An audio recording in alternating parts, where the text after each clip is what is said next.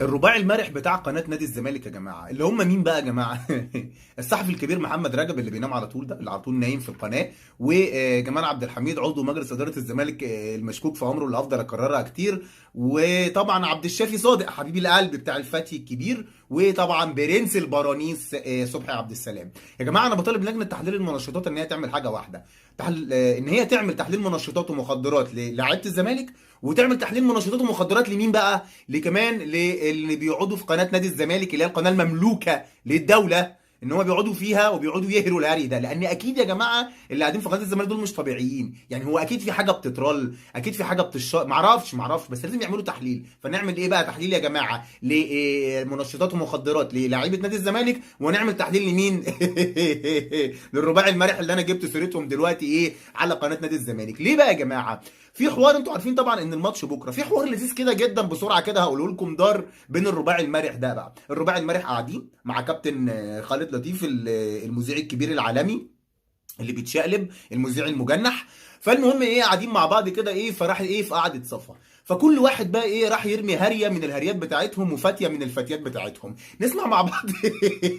نسمع مع بعض، بس نسمع مني انا ايه بطريقه احمد مغربي، عشان انا عايز اوصلها لكم بطريقتي. بصوا يا جماعه، محمد رجب طبعا الصحفي اللي هو بيبقى نايم على طول ده، وهو نايم في القناه، وبعد كده رجب ايوه يصحى على طول، يصحى يلا يطلع بسرعه، يرجع ينام تاني. المهم صحي محمد رجب في مره من المرات في صحوه كده من الصحوات، وراح قايل لك محمد رجب راح ضارب لك واحده تقيله، ايه رمى لك واحده. اسمع اللي جايه دي، اسمع.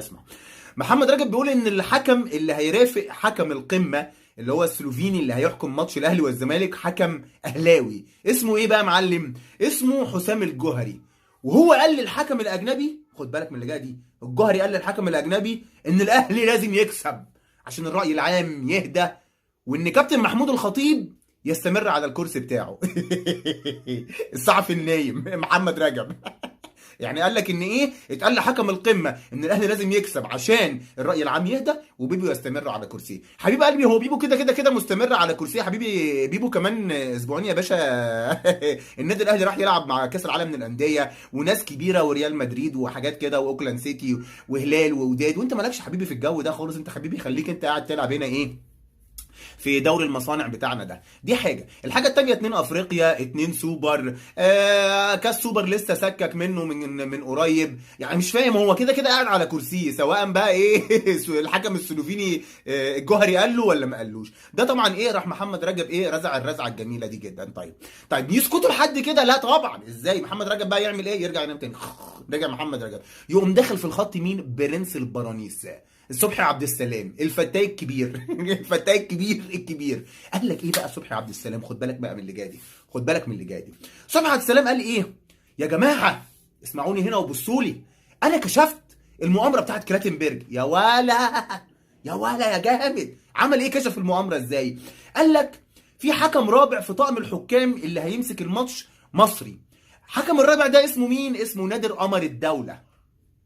فنادر قمر الدوله ده الحكم المصري الوحيد اللي موجود في طاقم الحكام. طب ايه اللي هيحصل؟ هيقوم مشربين الحكم الرئيسي اللي هو السلوفيني حاجه صفرة. اه والله العظيم قال كده. هيشربوا الحكم السلوفيني حاجه صفرة، وبعد ما يشربوه الحاجه الصفرة ايه اللي يحصل؟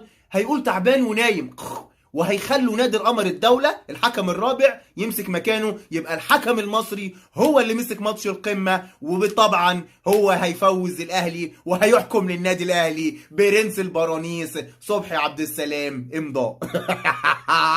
صبحي عبد السلام قال كده. طب ده يا جماعه بذمتكم ده لوحده، ده صبحي عبد السلام ده لوحده، ده مش عايز لجنه كشف منشطات، ده عايز لجنه كشف نووي او لجنه كشف ذري او لجنه كشف سلامه قوه. انا ما اعرفش هو في حاجه هنا، في حاجه مش عارف. قلت لهم قاعدين مع بعض عاملين كده اهوت كده. طبعا محمد راجب لسه نايم، لسه ما سمعش الهري ده. طيب يا جماعه يسكتوا لحد كده؟ لا طبعا. ينزل بقى مين؟ الجامد قوي جيمي حبيب القلب، جيمي يقول لك ايه؟ يا جماعه كلاتنبرج بيجيب اصحابه، فعشان كده حطوا له حكم رابع. هو اسمه الحكم الرابع ايه؟ المصري نادر قمر الدوله. جمال عبد الحميد قال لي اسمه ايه؟ حطوا له حكم رابع اسمه نادر قمر الدين. والله اسمه، قال والله كده نادر قمر الدين. لا حبيبي، اسمه نادر مشمشيه او نادر قراصيه. او نادر بلح. اه والله العظيم قال كده يا جماعه. انتوا متخيلين؟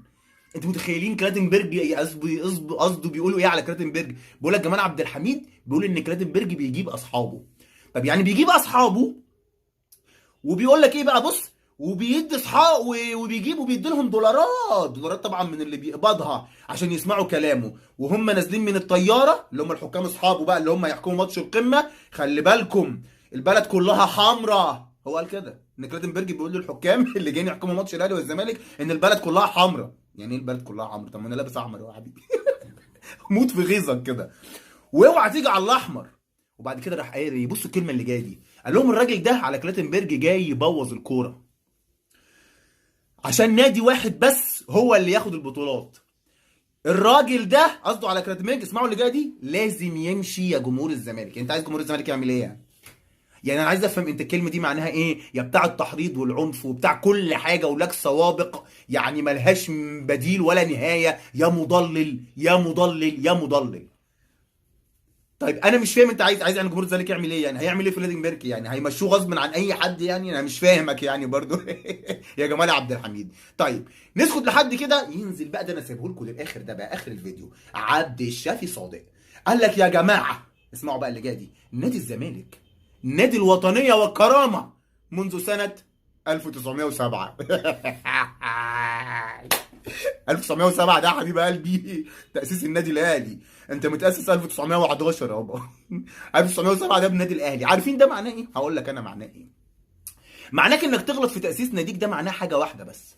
معناه إن أنت بتنام، أنت والتلاتة اللي معاك دول بتناموا وتصحوا وتحلموا وتقوموا وبيجي لكم النادي الأهلي في كوابيسكم، في أحلامكم، في أحلام اليقظة بتاعتكم، وأنتوا ماشيين وراكم وقدامكم ومتخللكم، والأهلي عامل لكم قلق وتربتوتة وكراكسكوسكا في دماغكم. فاهمين؟ هي دي القصة كلها. يعني كونك إنك تقول تاريخ النادي بتاع المنافس بتاعك هو ده تاريخ تأسيس النادي بتاعك. فأنت كده إيه؟ أنت. وفي اخر الفيديو بطلب لجنه المنشطات تكشف يا جماعه اقسم بالله على الرباعي ده والحوار اللي بيتقال ده. هم بيمهدوا عشان لو اتهزموا في ماتش القمه يبقى هو ده ايه التبرير، والناس ما تهجمش عليهم قوي لان انتوا عارفين مستواكم وعارفين انتوا واصلين فيه. مع العلم ان الماتش بكره احنا مش مستهينين بيه، النادي الاهلي ماتش مهم جدا. احنا ناقصين احنا ناقصين الفريق كله، ناقصين فتحي، ناقصين السوليه، ناقصين سافيو، ناقصين طاهر، ناقصين اكرم، ناقصين كريم. شوف انا قعدت اقول لكم ايه، ناقصين ياسر ابراهيم، ناقصين محمد عبد المنعم، ناقصين متولي. يعني مفيش. شفت انا قعدت اقول قد ايه فريق كامل، بس احنا كلنا ثقه في لاعيبتنا وما بنطلعش نهري ولا نقول المقدمات بتاعتكم ديت ولا الهجص ولا السحر ولا ولا شربوه حاجه اصفره ولا شربوه حاجه احمره يا بتوع يا مش رمضان اقول ايه؟ طيب اقول ايه؟ حبيت بس امس عليكم وافكركم ولنا ان شاء الله بكره نفرح سوا مع بعض يا جمهور الاهلي يا عظيم.